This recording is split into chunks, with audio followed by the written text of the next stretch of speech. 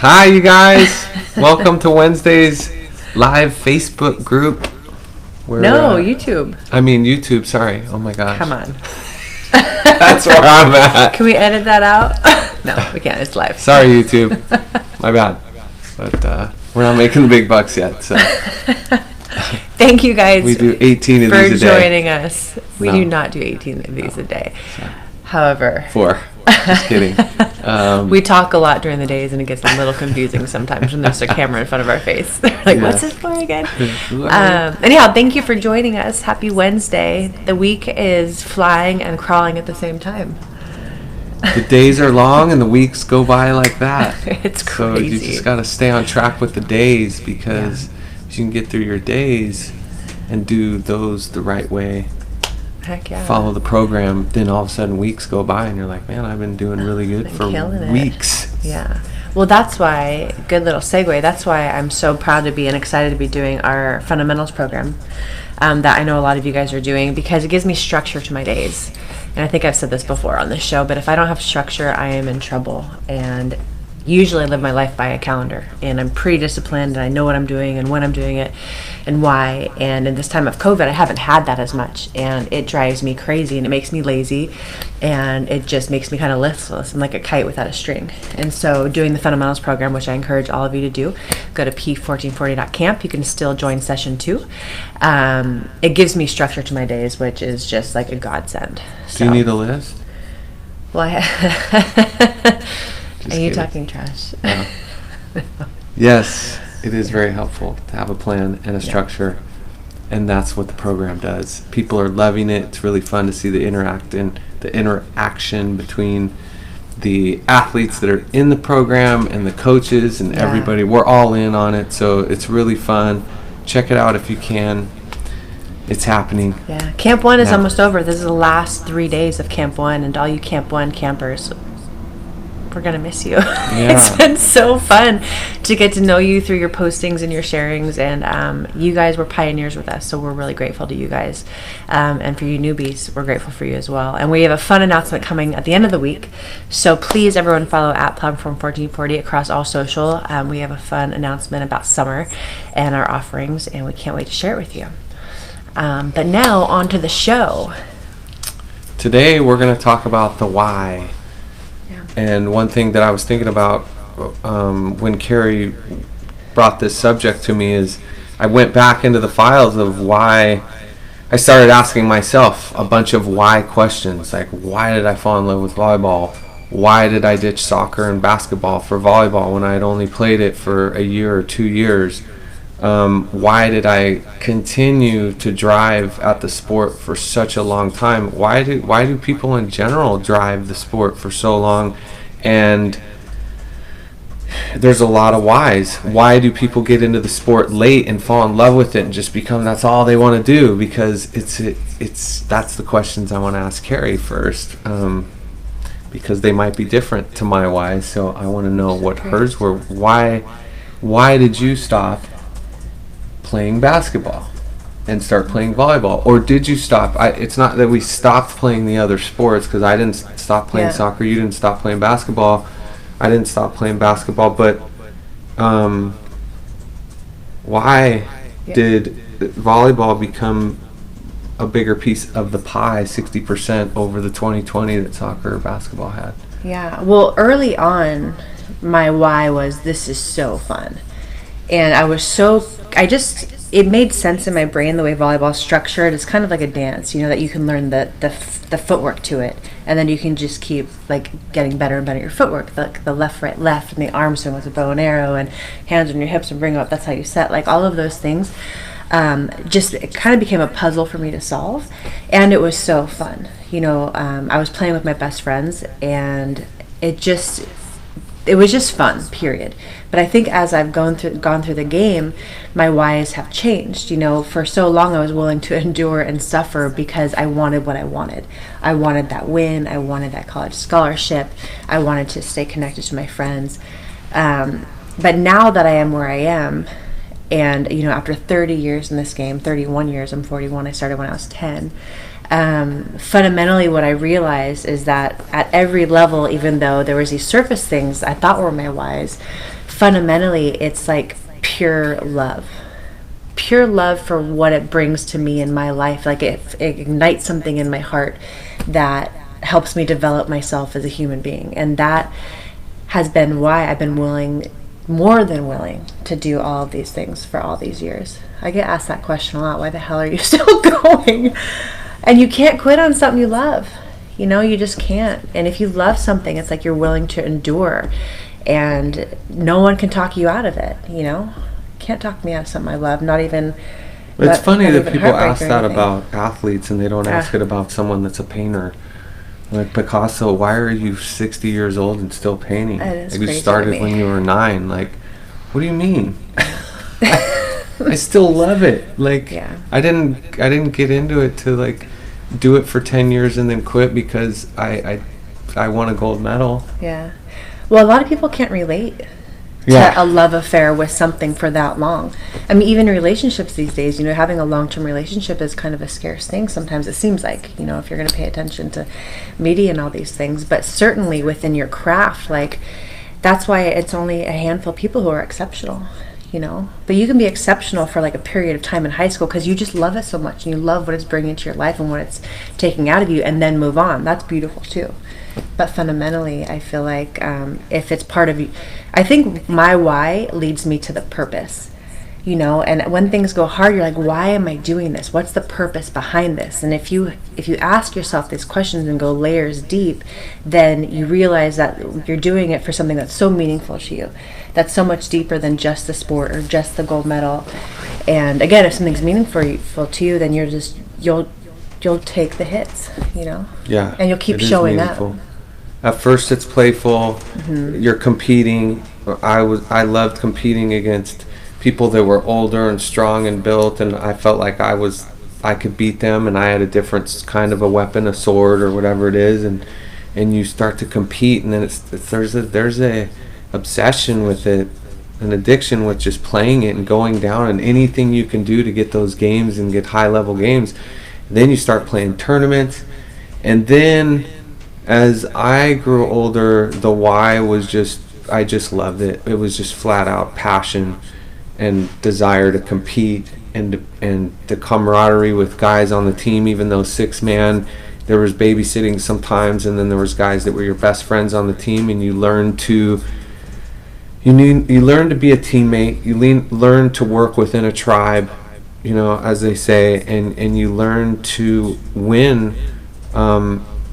You know, you push your boundaries and push your teammates to win, and that was exciting for me. It was a challenge. And then you go to the beach and you're playing 2-on-2, and you're fully exposed, and people are trying to drive your weaknesses into the ground and make you, you know, not a victim, but you're getting attacked, and then you turn it on them, and it just becomes a totally different game. But the love for it is so strong. And one of the things that I was thinking of driving over here was there anything in your life that you think you'll be as passionate about as beach volleyball, besides being a mom and a wife?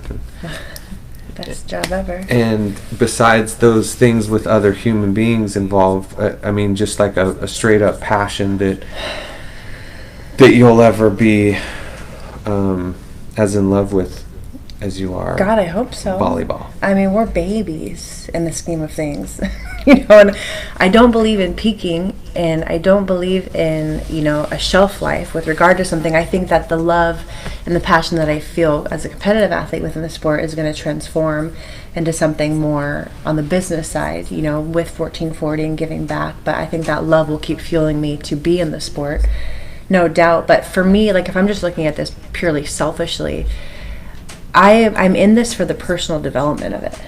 You know, like, I don't, aside from my relationship with you, like, volleyball has shown me everything about myself. Right? Like, the good, the bad, the ugly, and it's just that being exposed and having, like, if you're chasing something, if you're in a marriage, like, for the long haul, you have to look in the mirror constantly. And because if you're pointing the finger, you're just a victim, and you're not going to, like, help things grow. Like, you have to look internally so much, and that's, like, one of my favorite things and one of the most painful things. And so when I look to what's next, I know that you and I together and individually within our lives are going to find something we're passionate about, because that's just how we're built, and we want to keep growing through our passions. You know, we can't lie, you and I. Like, we can't do something we don't believe in. I've learned that about us. Sometimes I try and talk myself into it, but that doesn't last very long. Can't do it. No. Have to love it and be all the way in, not one toe in. Got to be all the way in, invested in it, and I've definitely learned that. But that's what I was going to say as well, is that volleyball has taught us so much in the scheme of life that's what it started to become, you know, as I was ending my career, or at least the professional side of it. I still play the game and still love it.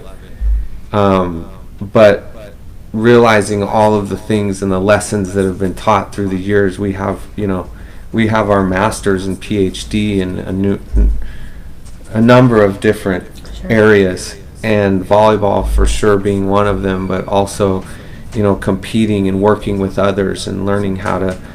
I had a little more bite with my teammates, a little more spice, a little more. I get upset. I almost got some fights in indoor and with my teammates, but you know, I look back and felt bad for some of those things, but more so I learned maybe that wasn't the best way, but it also was me, and it's not like an apology looking back on it. It was a lesson, and did that lesson work or did it not work? And if you can go back and look at that, it's not, oh my gosh, I should have done things differently. It's no, that's how I was. That's how I would compete. I wanted to win, and so I'm grateful for the sport. Yeah, it's given us a lot, and that is my why. Yeah. Well, and something you said, you have to be all in. You can't just have your tip of your baby toe in. But sometimes you've committed to something for so long, and then you find yourself at the point where, like, why am I doing this? Like, you literally only have the tip of your pinky in there. And if you've devoted so much time and love to something, I believe it's your duty to stop at that moment, to not be overcome by emotion, and to be like, okay, let me remind myself why I'm doing this. And then, to me, you'll have clarity, you know, whether you're just being lazy or you got hurt or you failed and you don't want to, you know, suck that up and carry on and learn from it and grow. Because sometimes that's too hard, and that's okay too. But I think fundamentally at every stage, whether you're flying high, you've been in it, you're new to it, whatever it is, I think going back to the why consistently is really, really important, because it just fortifies you mentally and it fortifies your heart, you know, and then it just keeps you true. It breaks a lot of people's hearts too. There's a lot of people that can't figure out why. They love it, and then they're not successful. It's not their job, and they're torn, and then they got to go get a job, and they're really bummed out. They miss the sport, and there's some people that never come back to it. But if your toe's that much in the water, you either jump back in or you can completely pull it out and figure it out, I guess. But that happens. I think that happens in everything, and that's life. Right. I don't know. That's a different rabbit hole. Oh, do we have any questions? We do. Yay. We do. Olivia Sweeney asked, at what age did you realize you wanted to start playing professionally? Oh, when college kicked me out. Okay. Kind of, for me, the natural segue was I had 4 years at Stanford. I played in one Olympics indoor in 2000. And then the question wasn't, am I going to go professional or not? It's where and in what platform, indoor and beach. And for me, I didn't want to go make a living overseas. You know, I'm a homebody. I'm a California girl. And even though beach volleyball takes me around the world, indoor makes you go move and live somewhere for 8 to 9 months. I didn't want to do that. So, and Misty May was looking for a partner, and she's my idol. So that's how it worked out for me. The turtle. The turtle.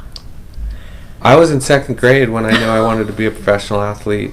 There was no question I wanted to do that. And when I was in second grade. You remember second grade? Absolutely. Were you 8?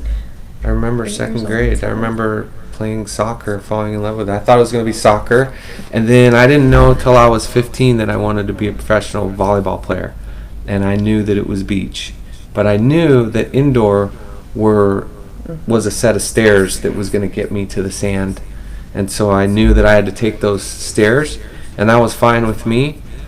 I never once looked at indoor overseas or indoor on the Olympic indoor team until later on, when I was fortunate to be invited to go play. But once I finished in college and we won a championship, I finished my senior year. The boots were put up on the telephone wire, and boom, I looped him around that and ran to the sand barefoot. 15 years old. Man. Now I'm 32. You're timeless, babe. Plus 12. Okay, I have another one from Alexis Grissett. What's your favorite match so far in your professional career and why? Oh, well, this is an easy one for me. It I is? think Let I me know guess. yours. Oh, okay. What's yours? Would it be London? Mm-hmm. Yeah. Which one? Against China. Mm-hmm. Yeah, Yeah. that was one of the greatest volleyball matches in all of history that they should be playing on TV right now so people could watch it. It's Kerri and the Turtle versus China, #1 team in the world in the semifinals of the London Olympics. 2012, yeah. And we won in 2. They were the #1 team in the world at the time. Misty and I were having just a tough year in general, but having a good Olympics. And it was 14-7 in game 1. They were beating us down. It was gnarly. They were like a juggernaut. And we couldn't figure it out. But at that point, at 14-7, Misty and I had it coming together, and we're like, they're not comfortable. Can you feel it? Let's stick together and outlast this. And we did, and we ended up winning in 2. And to us, even though we played April and Jen in the gold medal final, which was an amazing match, and they're an amazing team, to us, winning that semifinal match, like, it was like a done deal because we had just beat the best team in the world, having come back from a huge deficit. Yeah. And it like brought out the dragon and the lion and the unicorns in us. It was awesome. That was, you were getting body blows, you were getting hit on the chin, and I was like, oh my gosh. And our kids are there, and I was going, oh no, oh no. And then you guys started throwing little jabs, jab, jab, jab, and the next thing you knew, it was like 19-18. I'm like, oh my gosh, if they win this game, that's going to be it. And they not only won that match, 1 and 2. My most memorable, what? I was going to guess. What is it? Manhattan Beach Open Finals? Maddie? Yeah, I Yeah? would have to put that one in a. It has to be a win, doesn't it? Well, it's that one for sure, but right, like a fingernail away is the FIVB in Hague, Oh. because the Manhattan Beach Open in 2013 with Matt Furbringer, my longtime friend of 20 plus years and partner of 8-9 years, that was just like magic. I had been working so hard, and Furby was talking about retiring, and he took a step back for like 3 months, and he was coaching the indoor team, and I asked him, I want one more tournament. You promised me before you retired. Which one can you play? Chicago, Manhattan, whatever. He's like, I think I could play Manhattan. And then we asked our other best friend, Scotty Lane, to coach us. But the one in The Hague, if you know, you go overseas, you play in a country quota, which is against your own countrymen, single elimination. If you win, you stay. We won, we stayed, we went into the qualifier. We won 2 matches in the qualifier, and then we lost in the game to get into the main draw. So, and we were really good. Me and Kevin Wong were really good. It was in the Netherlands. I guess we're so good. And oh my gosh, this Brazilian team came out of nowhere with no points, and they came into the qualifier, and we met up with them and lost 15-13 in the third. And I was so bummed out because we were for sure going to go to the Olympics. Him and I stayed together, played together. So we go and sit down on the chairs, and the referee comes over, head referee, and says, Casey, don't go anywhere. Because I think 2 teams didn't show up in the main draw, and they're going to have a lucky loser. A lucky loser. I was like, oh my gosh. I look at Kevin, did you hear that? Let's not leave. We usually get your plane ticket to fly home as soon as you can. We go to the players meeting with all the main draw players, the dragons, the ghouls walking around, you know, it was like Star Wars. And I walk in and I look at everyone. I know all the, you know, we play all the main draw players. I know them for years. I'm looking around the room and I'm just like, and Pedro, my best friend, said, Casey, I want to pull the name out of the hat, because they take it like a bingo ball and they pull the numbers out of the hat. You open it up and it has your name, or it has China, or it has New Zealand, or it has whatever countries are in the lucky loser. We were one of the highest seeds in the qualifier. So we get to be in that bucket. There's only 3, but there's 2 lucky main draw possibilities. And I'm all, can Pedro pull the ball? And they're like, no, not possible. And they go to somebody else. And then I'm like, please let Pedro pull this one out. We didn't get the first one, so there's only one more. So we got a 50-50 chance now. Pedro reaches in, slow motion, my best friend from Brazil. And he opens it up, and I see my name and Kevin Wong's. And I ran around the room screaming as loud as I could, pointing the people in their face. You're done. It's over. We're going to win the whole thing now. And we never lost the match, and we won the entire tournament over in Netherlands. Is that on the video? And the Spaniards that are together now, they were watching me run around the room, and they were like, crazy, man. You're crazy. But they loved it. They laughed. They're passionate, too, so we were here. So those are my two favorite wins, and we won that tournament, and it was raining and windy and stormy, and there were just so many reasons why that could be one of the greatest moments in volleyball for me. So sorry, long-winded. Love it. It's good to know. That one would be good to play back-to-back with the semifinal and that one, and then the Manhattan Open We should do on that the at same home, day. perhaps, Those are if some. we need some inspiration in the family. Those are some accolades. Heck yeah. Those are cool. Yeah. Look back, reflection. Yeah. One more? Okay. Okay, this is from RC Does. Successful athletes are the ones who are willing to do the things that no one else is willing to do. What is the one thing you're willing to do that no one else is? I know mine. Oh, say it. Well, I know that I was willing to start at ground zero and learn the fundamentals and the right way to play the game instead of just say, this is the way you play the game. This is how I play. This is how I am. And I learned the fundamentals at an early age, and I knew the guys weren't willing to grind and thump those fundamentals and just hammer that nail more and more and more, no matter what. You just kept hitting the same nail and working on the ABCs of the game. I don't think people are willing to do that, especially today. They want to go out and play. They want to scrimmage. They want to hit. They want to hit straight down. But those are the things. And then consistency, persistence in driving that nail, and just staying focused on it and being like, you know what? I'm going to learn the fundamentals of this game so good that I can do it with my eyes closed. I like it. And then the carrot on top is that nobody's willing to get in an ice tub for 3 minutes. They don't do it. They say they do, but go up to your neck in an ice tub for That's 3 your minutes. secret? And then go to the infrared sauna for 30 minutes, go to the ice tub for 3 minutes, infrared for 30, and then dive straight into the ice tub. Not to your legs. Everyone's like, oh, I did that in college. I'm like, look, you didn't take 250 pounds and put it in a bathtub and sit up to your neck for 3 minutes. I'm sorry. You didn't do that. And if you did do it, you didn't do it consistently. Nobody's doing that, and that's a great recovery. That's the fountain of youth, I think. Yeah.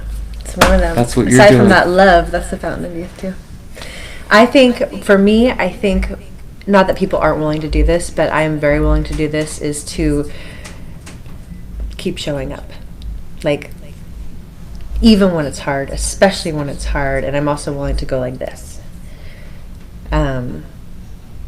Right? Yeah, you were up at 4:30 this morning driving to go get some body work done. You're up at 4:30 doing your lifts, and it's not like every once in a while. It's every single day that she's supposed to. Monday, Wednesday, Friday, whatever it is, she's there. Tuesday, Thursday workouts, she shows up. The consistency and the persistence that Kerri has is unmatched. Sorry. For anyone out there that's like doing their jump squats and 100 jumpies onto a box and working out really hard, I want to see you do it for 20 years straight. Well, they can't Well, at their you've age, progressed, but, yeah. but- No, I have, yeah. Yeah, well, thank you for saying that. Thank you for acknowledging that. Sometimes I wonder if I'm lying to myself. But I show up with all of myself, with all my heart, and I'm very willing to do that. And I think that's a good recipe for success. So thank you for asking. And I wanted to ask, Lise, who is the birthday boy? Eric Simmons. Eric Simmons, happy birthday. And I think you've been on every show with us, and we want to thank you for that. That means a lot, because we know that, we're not Yeah, Eric. Letterman quality yet, but We might get there one day. We take our time out of our day to be here We do. for you guys, and we appreciate you showing up, Eric, and everybody else that's there, because we've thought about pulling the plug, and it's no, it's fun for us. We don't mind doing it, but we love getting your questions and your thoughts on it. We'd be stoked to continue on doing it, but we're going to be okay if we didn't do this on Wednesdays. But yeah, if you guys can do us a favor, if you guys could follow at Platform 1440, if you're on here, I assume you are. If you can spread the word, and then if you could spread the word about our camp, our virtual training camp. They're awesome, you guys. They truly are special. They will make you better. I don't care how old you are. I don't care if you're male, female, boy, man, woman, you girl. Gotta check them out. It's dope. So go to p1440.camp. Please spread the good word. People always ask, how can we support? We love what you're doing, and I think it's just put action behind your support and behind your appreciation for us. So if you can do us the honor, spread the word. If it doesn't resonate, no worries. But God bless, Godspeed. Have a beautiful week. We will see you next Wednesday. It's not complicated, our workouts. You can do the workouts on Tuesday, Thursdays, and ditch the volleyball, and then do the volleyball.